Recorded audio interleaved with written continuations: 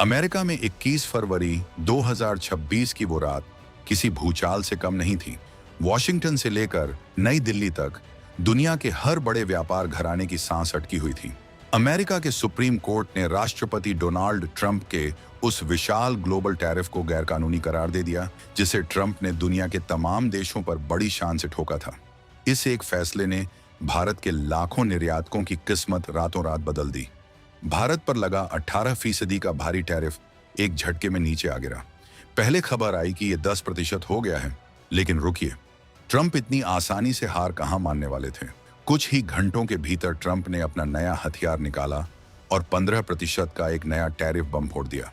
लेकिन यहां सबसे बड़ा और चौंकाने वाला सवाल यह है, क्या इस 15% के नए टैरिफ से भारत को नुकसान होगा? जवाब सुनकर आप हैरान रह जाएंगे, क्योंकि इस 15% के नए टैरिफ से भी भारत को एक शानदार फायदा होने वाला है। क्या ट्रंप ने वाकई हार मान ली है या फिर उन्होंने कोई नया दांव चला है? सेक्शन 122 का वो पुराना कानून क्या है जिसे पिछले 50 साल में कभी इस्तेमाल नहीं किया गया, और ट्रंप ने इसे अपनी ढाल कैसे बनाया? 150 दिन बाद क्या होगा जब ये नई मोहलत खत्म हो जाएगी? क्या भारत अमेरिका ट्रेड डील अब भी जिंदा है, या सुप्रीम कोर्ट के इस फैसले ने उसकी चूलें हिला दी? इन सारे सवालों के जवाब हम आपको इस वीडियो में आगे देने वाले हैं।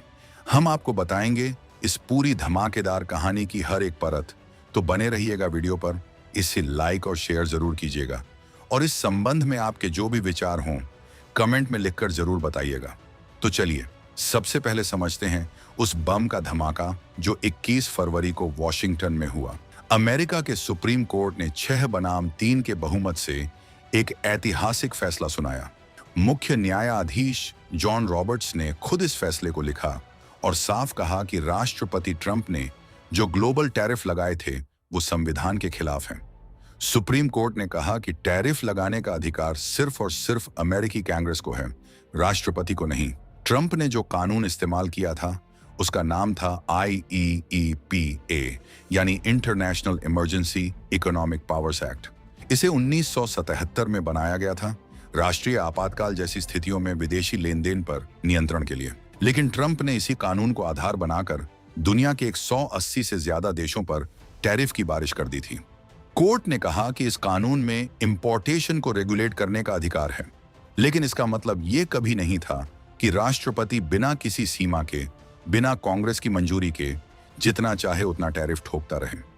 अमेरिकी इतिहास में शायद ही किसी राष्ट्रपति को सुप्रीम कोर्ट से इतना बड़ा झटका लगा हो। यह फैसला सिर्फ ट्रंप की नहीं, बल्कि राष्ट्रपति पद की शक्तियों की सीमाओं को फिर से तय करने वाला था। अब आते हैं उस हिस्से पर जो सीधे भारत से जुड़ता है। जब ट्रंप ने अप्रैल 2025 में अपना लिबरेशन डे टैरिफ ऐलान किया था, तब भारत पर 26% तक का रेसिप्रोकल टैरिफ लगाया गया था। फिर 90 दिन की मोहलत मिली, फिर भारत पर 25% टैरिफ आया, जो बाद में अगस्त 2025 तक बढ़कर 50% तक पहुंच गया। लेकिन जब भारत और अमेरिका के बीच ट्रेड डील की बातचीत आगे बढ़ी, तो तय हुआ कि भारतीय उत्पादों पर 18% टैरिफ लगेगा। ये 50% से काफी कम था, लेकिन फिर भी भारतीय निर्यातकों के लिए एक भारी बोझ था। अब सुप्रीम कोर्ट के फैसले के बाद जब IEEPA वाले टैरिफ खत्म हुए, तो भारत पर लागू वो 18% का टैरिफ भी हवा हो गया। शुरुआती कुछ घंटों में व्हाइट हाउस के गलियारों से खबर आई कि नया टैरिफ 10% होगा। दुनिया भर के बाजारों ने राहत की सांस ली, लेकिन ट्रंप की नीतियां कभी भी सीधी नहीं होती। सुप्रीम कोर्ट के फैसले के तुरंत बाद ट्रंप ने 1974 के ट्रेड एक्ट के सेक्शन 122 का हथियार उठाया। इस कानून के तहत राष्ट्रपति को अधिकतम 15% तक टैरिफ लगाने का अधिकार है। ट्रंप ने बिना कोई मौका गंवाए इस कानून की अधिकतम सीमा यानी 15% का नया टैरिफ पूरी दुनिया पर थोप दिया। अब भारत पर नया टैरिफ 10% नहीं बल्कि 15% हो गया है। लेकिन कहानी में पेंच अभी बाकी है। ट्रंप ने खुद पत्रकारों से बात करते हुए कहा कि भारत के साथ ट्रेड डील है और उस डील के तहत 18% टैरिफ लगता रहेगा। उन्होंने कहा, पीएम मोदी एक शानदार इंसान है, एक महान नेता है, लेकिन भारत हमें लूट रहा था। हमने एक उचित डील की है। लेकिन ठीक उसी समय व्हाइट हाउस के अधिकारी कुछ और ही कह रहे थे। उन्होंने स्पष्ट किया कि नया 15% टैरिफ सभी देशों पर लागू होगा, उन देशों पर भी जिनके साथ ट्रेड डील है। ट्रंप और उनके अधिकारियों के बयानों में इस सीधे टकराव ने पूरी दुनिया को भ्रम में डाल दिया। अब आते हैं सबसे बड़े और अहम सवाल पर, क्या इस 15% के नए आदेश से भारत को नुकसान हुआ है? अमर उजाला और मनी कंट्रोल की हालिया रिपोर्ट्स के मुताबिक इसका जवाब है बिल्कुल नहीं, बल्कि यह भारत के लिए एक शानदार फायदे का सौदा साबित हो रहा है। आइए समझते हैं कैसे। पहला फायदा है सीधा आर्थिक मुनाफा। ट्रेड डील के तहत भारत को 18% टैरिफ देना पड़ रहा था। अब सेक्शन 122 के तहत यह अधिकतम 15% पर आ गया है। भले ही ये 10% जितना कम नहीं है, लेकिन फिर भी भारत को सीधे सीधे 3% की भारी बचत हो रही है। भारत का अमेरिका को निर्यात सालाना करीब 77 अरब डॉलर से ज्यादा का है। इस 3% की कमी का मतलब है भारतीय कंपनियों के लिए हजारों करोड़ रुपए की सीधी बचत। इससे हमारे टेक्सटाइल, फार्मास्यूटिकल्स, IT सेवाएं, रत्न आभूषण और इंजीनियरिंग सामान अमेरिका के बाजार में और ज्यादा प्रतिस्पर्धी हो जाएंगे। दूसरा बड़ा फायदा कूटनीतिक बढ़त। सुप्रीम कोर्ट के फैसले ने भारत को अमेरिका के सामने एक नई ताकत दी है। अब भारत अमेरिका की आंखों में आंखें डालकर कह सकता है कि जब आपका 18% वाला पुराना टैरिफ गैर कानूनी करार दे दिया गया है, तो पुरानी ट्रेड डील की शर्तें भी बदलनी चाहिए। भारतीय राजनयिकों के हाथ में अब 15% का बेसलाइन है, जिससे वो भविष्य की बातचीत में अमेरिका पर दबाव बना सकते हैं। तीसरा फायदा लेवल प्लेइंग फील्ड। पहले भारत पर 18% का विशेष टैरिफ था, जबकि कुछ अन्य देशों पर अलग दरें थीं। अब सेक्शन 122 के तहत 15% का टैरिफ एक ब्लैंकेट रेट की तरह लागू हुआ है। इसका मतलब है कि भारत अब यूरोपीय संघ, EU, जापान और ब्रिटेन जैसे देशों के साथ एक समान स्तर पर खड़ा है। इससे वैश्विक व्यापार में भारत की स्थिति और मजबूत होती है। जय हो उस भारत की जो अपनी कूटनीतिक चालें दुनिया के बड़े दांव पेचों के बीच भी कायदे से खेलना जानता है। लेकिन खुश होने के साथ साथ सावधान रहने की भी जरूरत है, और इसकी वजह है सेक्शन 122 की वो बड़ी शर्त। यह कानून राष्ट्रपति को 15% टैरिफ लगाने की इजाजत तो देता है, लेकिन सिर्फ 150 दिन यानी करीब 5 महीने के लिए। उसके बाद इसे जारी रखने के लिए अमेरिकी कांग्रेस की मंजूरी जरूरी होगी। यही वो वजह है जो एक नई चिंता पैदा कर रही है।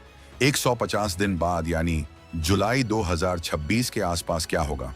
अगर कांग्रेस ने मंजूरी नहीं दी तो ट्रंप फिर से कोई नया कानूनी रास्ता ढूंढ सकते हैं, और अगर उन्होंने वो पुराना 18% वाला टैरिफ फिर से लागू करने की कोशिश की तो भारत फिर उसी पुराने भंवर में फंस सकता है। इसलिए भारत के ट्रेड नेगोशिएटर्स के लिए ये 150 दिन बेहद कीमती हैं।